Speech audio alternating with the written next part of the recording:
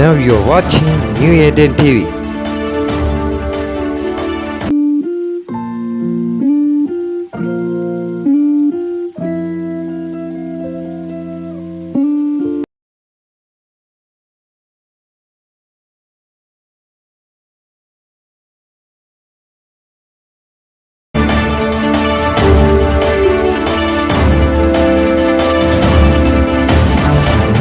அன்பான சகோதர சகோதரிகள், ஆண்டவராக இயேசு கிறிஸ்து நாமத்தில் உங்கள் அனைவரையும் வாழ்த்தி வரவேற்கிறேன்.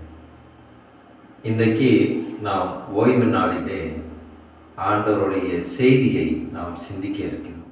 இன்றைக்கு இந்த ஓய்வு நாளிலே நாம் சிந்திக்க இருக்கிற தேவ செய்தி, சந்தேகங்களை கேட்பதுவே விசுவாசத்தின் உறுதியான நிலை.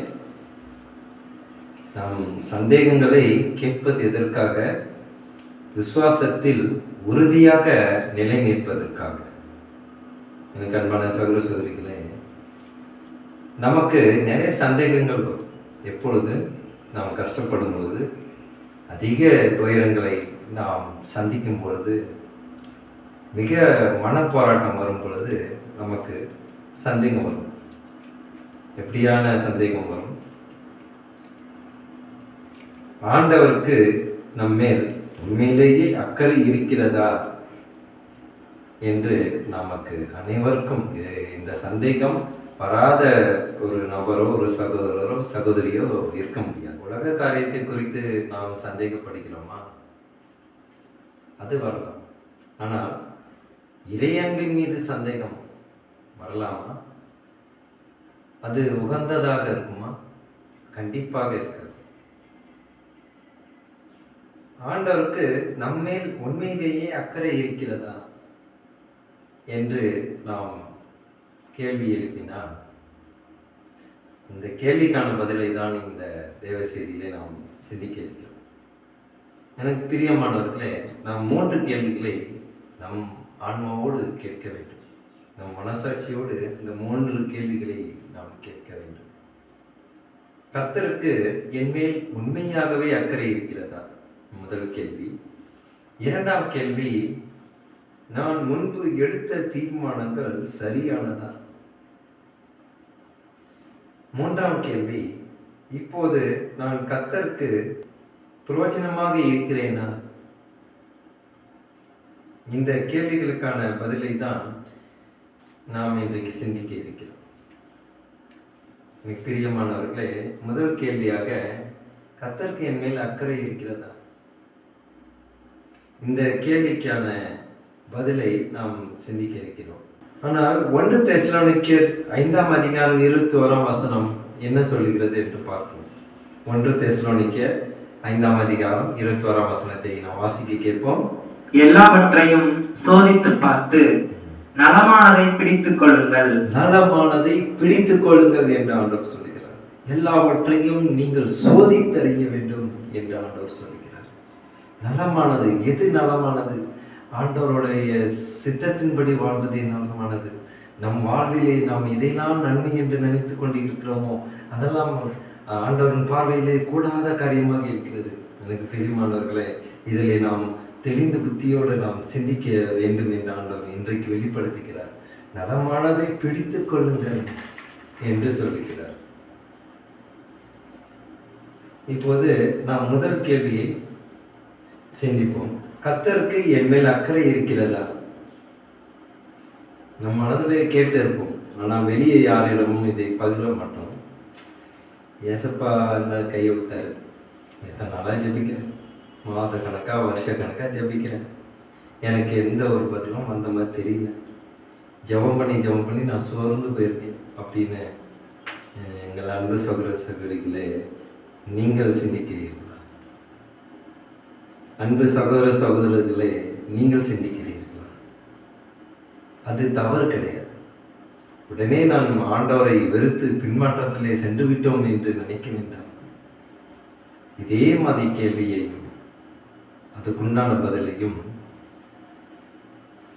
ஒருத்தர் அறிந்திருக்கிறார். இதே போல கேள்வியை கேட்டால் இது போல பதிலையும் கொடுத்தார். அதை தான் நாம் 1 சாமுவேல் 16ஆம் அதிகாரம் 6-7 வசனத்தை வாசிக்க கேட்போம். அவர்கள் வந்தபோது அவன் எலியாவை பார்த்தவுடனே, கர்த்தரால் அபிஷேகம் பண்ணப்படுபவன் இவன்தானாக்கும் என்றான். கர்த்தர் சாமுவேலை நோக்கி, நீ இவனுடைய முகத்தையும் இவனுடைய சரீர வளர்ச்சியையும் பார்க்க வேண்டாம். நான் இவனை புறக்கணித்தேன். மனுஷன் பார்க்கிறபடி நான் பாரேன். மனுஷன் முகத்தை பார்ப்பான், கர்த்தரோ இருதயத்தை பார்க்கிறார் என்றார். ஆமென், ஹல்லேலூயா. மனிதர்களோ முகத்தை பார்ப்பார்கள், ஆனால் ஆண்டவராய் இயேசு கிறிஸ்துவோ நம் ஆழமான இருதயத்தை பார்ப்பார். அதை தான் அவர் அந்த வசனத்தில் சொல்லியிருக்கிறார். தாவீதுக்கு கூட இப்படி ஒரு சூழல் ஏற்பட்டது. சாமுவேல் தீர்க்கதரிசி மூலியமாக தாவீதின் தந்தையாகிய ஈசாயின் இடத்திலே வருகிறார். ஈசாயின் இடத்திலே வரும் பொழுது தாவீதின் தந்தை மொத்தமாக 8 மகன்கள், ஆனால் 7 மகன்களை தான் அவர் சாமுவேல் முன்னாடியாக நிப்பாட்டினார். கடைசியான மகனை காட்டவில்லை. அப்போ சாமுவேல் கேட்கிறார், உங்களுக்கு 7 மகன் தானா, இல்லை வேறு ஒரு மகன் உண்டா என்று கேட்கிறார். ஏனென்றால் ஆண்டவருக்கு தெரியும் 8வது மகன் தாவீது என்று. அதனால தான் சாமுவேல் தீர்க்கதரிசியோடு அவர் இடைப்பட்டு அவர் மனதிலே அப்படி ஒரு கேள்வி கேட்க வைத்தார். தாவீதுக்கு எப்படிப்பட்டவராக இருந்தார் என்று கர்த்தருக்கு தெரியும். அவர் ஆடு மேய்ப்பவன்தான், ஆனால் என் மீது பிரியமாக இருப்பான், என்னை அதிக அளவு விசுவாசிப்பான் என்று அவருக்கு தெரியும். அதனால்தான் 7 பேரை நேரில் கண்ட அந்த 7 சகோதரர்களை தேர்ந்தெடுக்கவில்லை, 7 பேர் இல்லாத ஒரு நபரை ஆண்டவர் தேர்ந்தெடுத்தார். இதை வைத்து பார்க்கும் பொழுது நம் மீது அக்கறை இல்லை என்று நாம் சொல்ல முடியுமா? இதை நாம் சிந்திக்க வேண்டும் என்று தான் ஆண்டவர் சொல்லுகிறார். நான் உங்களை ஒரு பொழுதும் மறந்ததில்லை, நான் உங்களை ஒரு பொழுதும் கைவிட்டதில்லை, நான் உங்களுடைய மேய்ப்பனாக இருக்கிறேன். என் வார்த்தை கேட்டு ஆட்டுக்குட்டிகள் என் பின்னாடி தொடரும். ஆம், நாம் அனைவருக்கும் ஆண்டவருடைய பார்வையிலே நாம் எல்லோரும் ஆட்டுக்குட்டிகளைப் போல தான் இருக்கிறோம். எந்த நேரத்திலே நாம் எந்த திசையில் செல்கிறோம் என்று நமக்கு தெரியாது. ஆனால் அவருடைய வார்த்தை நம்மளை சரிப்படுத்துகிறது. அவருடைய வல்லமை நம்மளை புதுப்பிக்கிறது. பரிசுத்த ஆவியின் பிரமாணத்தை பெற்றுக்கொள்ள நமக்கு ஒரு வாய்ப்பை தருகிறது. எனக்கு அன்பான சகோதர சகோதரிகளே, அதே போல் இன்னும் நம்முடன் பரிசுத்த ஆவியானவர் நம்மை கண்மணியைப் போல பாதுகாக்கிறார். இதைதான் சங்கீதம் 32ஆம் அதிகாரம் 8ஆம் வசனம் சொல்லுகிறது. நான் உனக்கு போதித்து நீ நடக்க வேண்டிய வழியை உனக்கு காட்டுவேன், உன்மேல் என் கண்ணை வைத்து உனக்கு ஆலோசனை சொல்லுவேன். ஆமென், ஹல்லேலூயா. நான் என்ன வழியை சொல்லுகிறேனோ அதை கீழ்ப்படிந்து அதை பின்னாடி நீ தொடர்ந்து வா, நான் உனக்கு வழி காட்டுறேன்.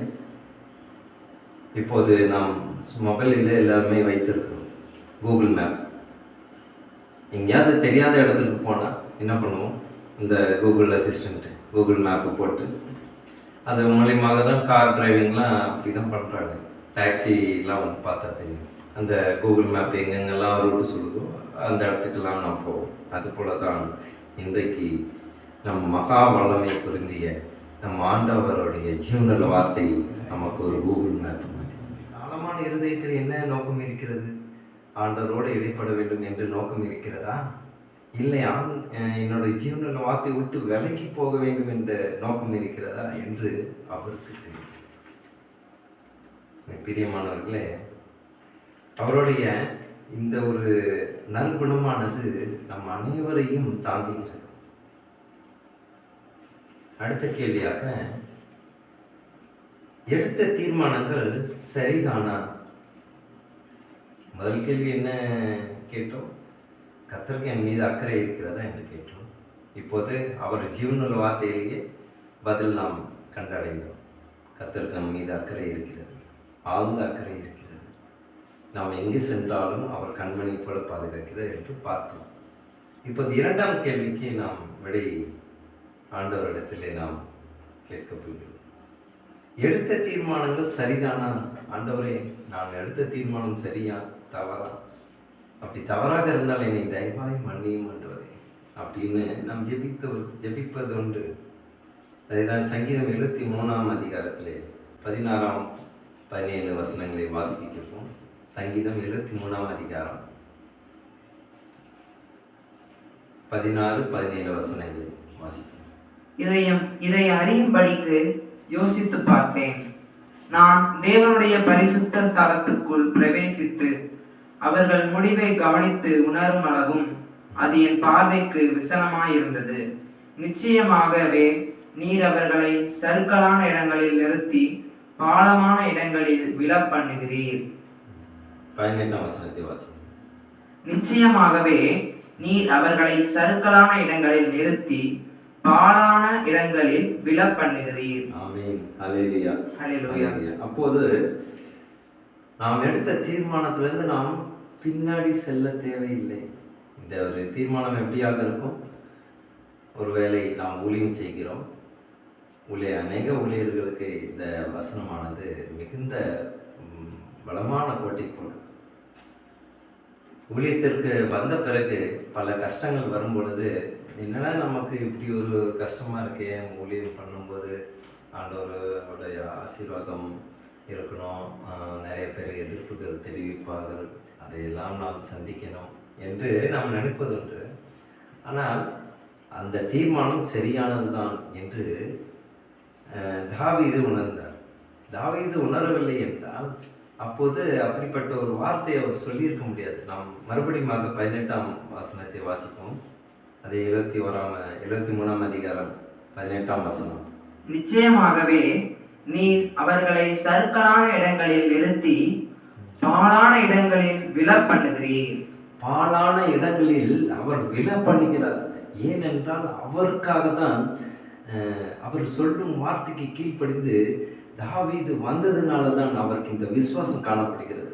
எனக்கு அன்பான சகோதர சகோதரிகளே, நாம் விசுவாசத்தோடு இருக்க வேண்டும். அதில் விட்டு எந்த இடத்திலிருந்து நாம் போய்விடக்கூடாது என்றுதான் அவரோட வார்த்தையை நித்தமாக நம்மளுக்கு ஆலோசனை கொடுத்து நம்மளை வழி நடத்துகிறார். இது நாம் மிகவும் விசுவாசித்து கொண்டே இருக்க வேண்டும். நாமளே ஒவ்வொரு நாளும் புதுப்பித்து கொண்டே இருக்க வேண்டும். ஏனென்றால் இப்போது நாம் டெய்லி காலையில் எந்திரித்த பிறகு காலக்கடமை முடித்து விட்டு புது ஆடைகளை அணிக்கிறோம். நாம் பழைய ஆடைகளையே அணிக்கிறோமா? இல்லையே. குளித்து விட்டு நாம் புது ஆடைகளை அணிக்கிறோம். அப்போது நேற்று இல்லாத சிந்தனை இன்னைக்கு வரும்,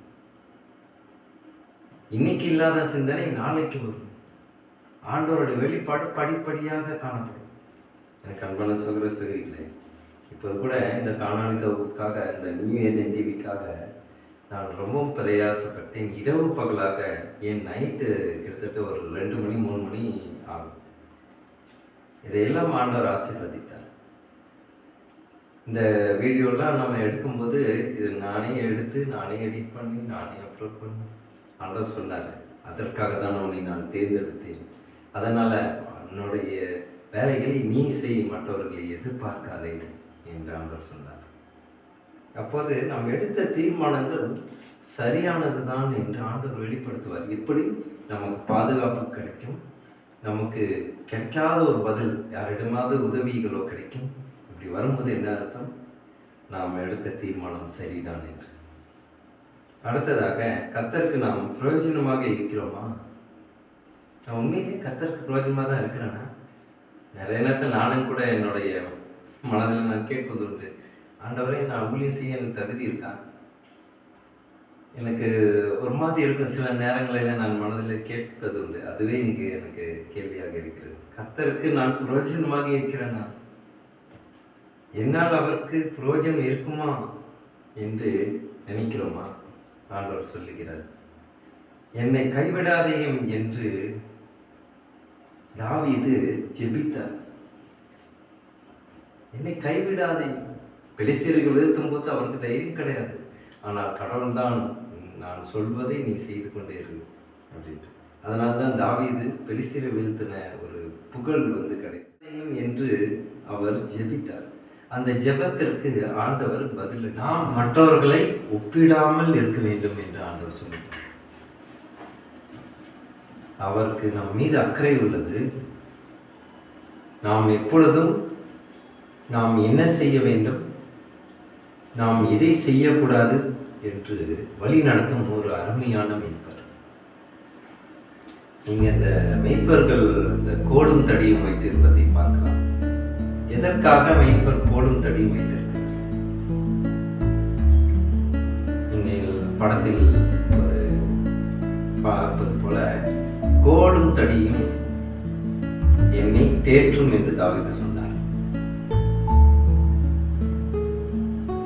தடியானது ஒருவேளை அந்த ஆடுகளை தாக்குவதற்கு யாராவது வந்தாங்கன்னா, ஏதாவது ஒரு மிருகங்கள் ஏதாவது வந்துச்சுன்னா அந்த தடியை வைத்து அடித்து தன் ஆடுகளை பாதுகாப்போம். அது போலதான் அந்த தடியை பயன்படுத்துகிறார். கோல் எதற்காக பயன்படுகிறது? ஒருவேளை ஆடு வழி தவறி போனால் அதை மெல்லமாக இப்படி தட்டி அதை தன்னுடைய வழியிலே, மேய்ப்பவருடைய வழியிலே அனைத்து ஆடுகளும் வருவதற்காக இந்த கோலை வைத்திருந்தார். அது போலதான் ஆண்டவருடைய அந்த தடியானது யாரும் நம்மளை பாதிக்காதபடிக்கு அது நம்மளை பாதுகாக்கிறது. அவருடைய கோல் எப்படி இருக்கிறது? அந்த கோலானது நம்மளை சீர்படுத்த, அவருடைய வழியில் வர, நாம் உன்னத வாழ்விற்கு வர அந்த கோலை பயன்படுத்தி நம் ஆண்டவர் நம்ம இடத்திலே அதிக அளவு எதையும் நாம் எதிர்பார்க்க மாட்டார். நம்ம இடத்திலிருந்து நம்மளால் முடியாத காரியங்களை அவர் எதிர்பார்ப்பதற்கு அவர் அநீதியான கடவுள் அல்ல. ஆண்டவருக்கு நாம் செய்யும் சேவைகளை பார்த்து அவர் மிகவும் சந்தோஷப்படுகிறார். எனக்கு பிரியமானவர்களே, இன்றைக்கு கூட இந்த புதிய ஏதேனும் ஊழியம் அவர் அழைத்த அழைப்பு, அந்த அழைப்புக்காக நான் செய்யும் ஒவ்வொரு முன்னேற்பாடுகளும் முயற்சிகளையும் ஆண்டவர் மிகுதியாக பார்க்கிறார். அவர் சந்தோஷமும் படுகிறார். அவருடைய பேருக்காக நாம் செய்யும் எல்லா நன்மையையும் அவர் மறப்பதற்கு அவர் அநீதியான கடவுள் இல்லை.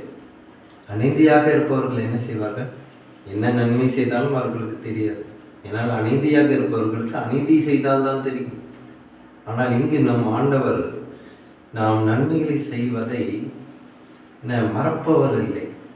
அப்போது அந்த நன்மை யார் மறப்பார்கள்? அநீதியாக இருப்பவர்கள் தான் மறப்பார்கள்.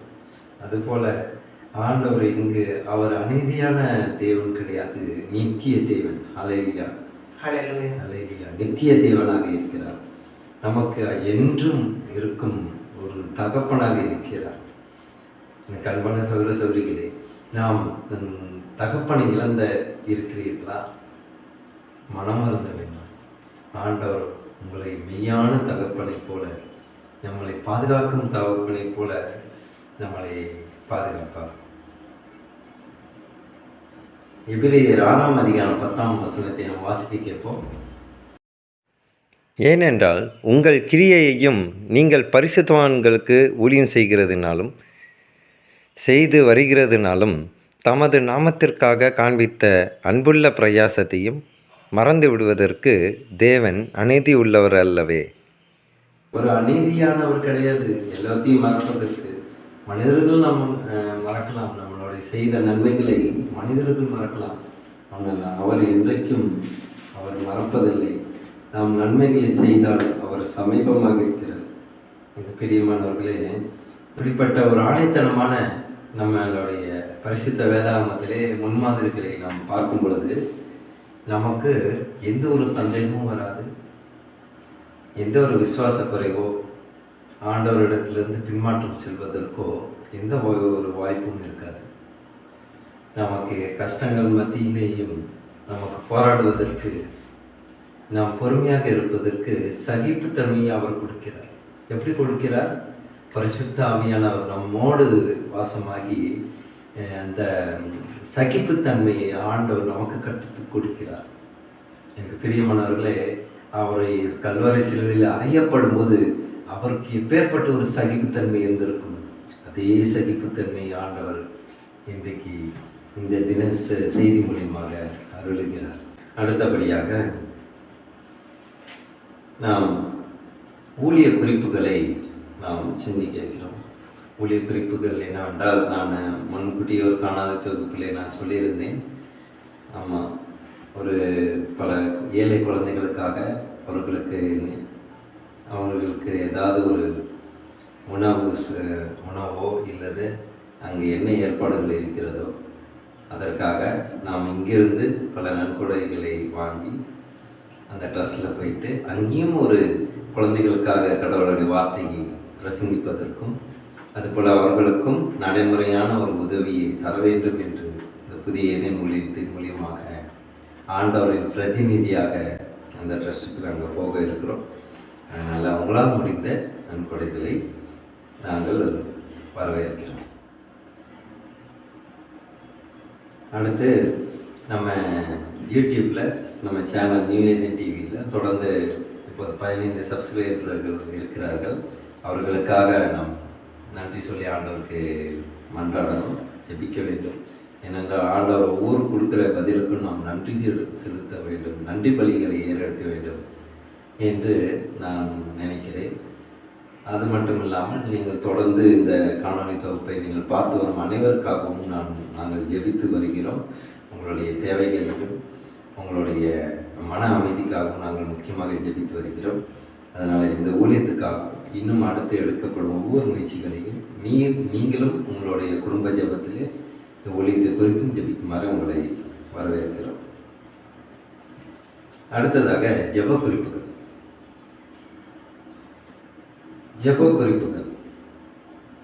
உதவிக்காக காத்திருக்கும் அநேக சகோதர சகோதரிகளுக்காக நாம் ஜெபிக்க வேண்டும். அடுத்ததாக நாம் ஊழியர்கள், சபை மூப்பர்கள், அதாவது சபை போதகர்களுக்காக நாம் ஜெபிக்க வேண்டும். அவர்களுடைய குடும்பத்துக்காக. என்னால் ஊழியத்தை செய்வது என்பது மிகவும் சவாலான காரியமாக இருக்கும். அதிலே அவர்கள் சுகந்திருந்தாலும் ஆண்டவர் மிகுதியாக அவருடைய வல்லமை கொடுத்து குடும்பத்துக்கு தேவையான அனைத்து தேவைகளையும் ஆண்டவர் பூர்த்தி செய்வார். அதற்காக நாம் ஜெபிக்க வேண்டும். போதகர்களுடைய ஆரோக்கியத்துக்காக நாம் ஜெபிக்க வேண்டும். ஏனென்றால் ஆரோக்கியம் இருந்தால்தான் ஊழியத்திலே இன்னும் ஆண்டவர் வழி நடத்துவார். அதற்காக நாம் ஜெபித்துக் கொள்வோம். இதய நோயினால் அவதிப்படும் முதியவர்களுக்காக நாம் ஜெபிக்க வேண்டும். குழந்தைகளின் கல்வி முன்னேற்றத்துக்காகவும் அவர்களை நல்வழிப்படுத்தும் விதமாக அவர்களுக்கு சிந்தனைகள் சிதறாமல் இருக்க இணையதளத்திலும் இந்த மொபைலில் அடிமைப்படாதபடிக்காக நாம் ஜெபிக்க வேண்டும். இளைஞர்களுக்காகவும் நம் தேசத்தை ஆளும் தலைவர்களுக்காகவும் நாம் நன்றி செலுத்த வேண்டும். ஏனென்றால் தலைவர்கள் மத்தியிலே ஆண்டவருடைய வல்லமை செயல்பட்டு கொண்டிருக்கிறது. அதை நான் கண்ணீரால் நாம் பார்த்தேன். அதனாலே நம் தேசத்தின் தலைவர்களுக்காக நாம் மன்றாட வேண்டும். அவர்களுக்கும் கடவுளை தயவை உண்டாக்கி அவர்கள் மனதிலே மக்களுக்கு அனைவருக்கும் உதவி செய்ய வேண்டும் என்ற சிந்தனையை ஆண்டவர் விதைக்க வேண்டும் என்று நாம் மிகவும் மனபாரத்தோடு ஜெபிக்க வேண்டும். இப்போது நாம் ஜெபிப்போம். ஸ்தோத்திரம் கர்த்தாவே, துதிக்கிறோம் எங்கள் அன்பின் நேசரே. இப்போ இந்த தேவ செய்திக்காக நன்றி தகப்பனே. அப்பா, சந்தேகப்படுவது தவறில்லை, ஆனால் உங்களை நான் அக்கறையாக பார்த்து கொண்டு இருக்கிறேன். நான் ஒரு நல்ல மெய்ப்பனாக இருந்து உங்களை ஆசீர்வதித்துக் கொண்டிருக்கிறேன் என்று நீர் சொல்லுகிறீர்கள். அப்பா, நன்றி அப்பா. தாவீதை நீர் எப்படியாக வழி நடத்தினீர், மோசேயை நீ எப்படியாக வழி நடத்தினீர், அதுபோல எங்களையும் நீர் வழிநடத்த நீர் சர்வ வல்லமை படைத்தவர் என்று நாங்கள் விசுவாசிக்கிறோம். அப்பா, எங்களுடைய வாழ்க்கையிலே எங்களுடைய சிந்தனையிலே உமது சித்தத்திற்கு வழியாக எந்த ஒரு சந்தேகம் வராதபடிக்கு நீர் காத்துக்கொள்ள மாட்டோம். அப்பா, எங்கள் அன்பு சகோதர சகோதரிகளுக்கான ஜெபிக்கின்ற கர்த்தாவே, அவர்கள் செய்யும் ஒவ்வொரு விதத்திலும் காரியத்திலும் நீர் இருந்து ஆசீர்வதி அவர்களுடைய மனதில் சோர்வு அடையாதபடிக்கு உங்களுடைய விசுவாசத்தை விட்டு விலகாதபடி நீ காத்துக்கணும். பரிசுத்த ஆவியானவரை நீர் வந்து இறங்கிய ஒரு நன்மையை செய்யும் நான் ஜெபிக்கிறேன் கர்த்தாவே. துதிக்கிறோம் அப்போ குழந்தைகளுக்காக நான் ஜெபிக்கணும். அவர்கள் வழி தவறி போகாதபடிக்கு நம்முடைய குடும்பத்தில் என்ன தேவை என்ன கஷ்டம் அது சூழ்நிலை புரிந்து பெரியவர்களுக்கு கீழ்ப்படிந்த ஒரு குழந்தைகளாக மாற கிருபை செய்யும். இளைஞர்களுக்காக ஜெபிக்கின்றேன். அவர்கள் மொபைல் அடிமைத்தனத்திலிருந்து விடுபட தேவை கிருபை செய்யும். உங்கள் பரிசுத்த வல்லமையின் ஆவியினாலே நீ ஊற்றி மாட்டோம். இளைஞர்களை நீ பாதுகாத்து இந்த சட்டையினாலே மறைத்து துதிக்கிறோம். அப்போ மனிதர்களுக்காக ஜெபிக்கணும். அவர்களுக்கு எந்த ஒரு ஆரோக்கிய குறைபாடு இல்லாதபடிக்கு நீ காத்துக்கணும். அப்போ இந்த ஓய்வு நாளிலே கூட உங்களது விசுவாசத்தை குறித்து நாங்கள் ஜெபித்து வந்தோம். அதற்காக அடியணை நீர் ஆசீர்வதிக்கிறோம். அன்பு சகோதர சகோதரிகளையும் அவர்களோட குடும்பத்தையும் இன்னும் தலைமுறை நீர் ஆசீர்வதிப்பார். இயேசு மூலமாக ஜெபிக்கின்றோம் நல்ல பிதாவே. ஆமென். இந்த ஆத்மாவை கர்த்தரை ஸ்தோத்திரி. இளமை பரிசுத்த நாமத்தை ஸ்தோத்திரி. இந்த ஆத்மாவை கர்த்தரை ஸ்தோத்திரி. கர்த்தர் செய்த சகல உபகாரங்களையும்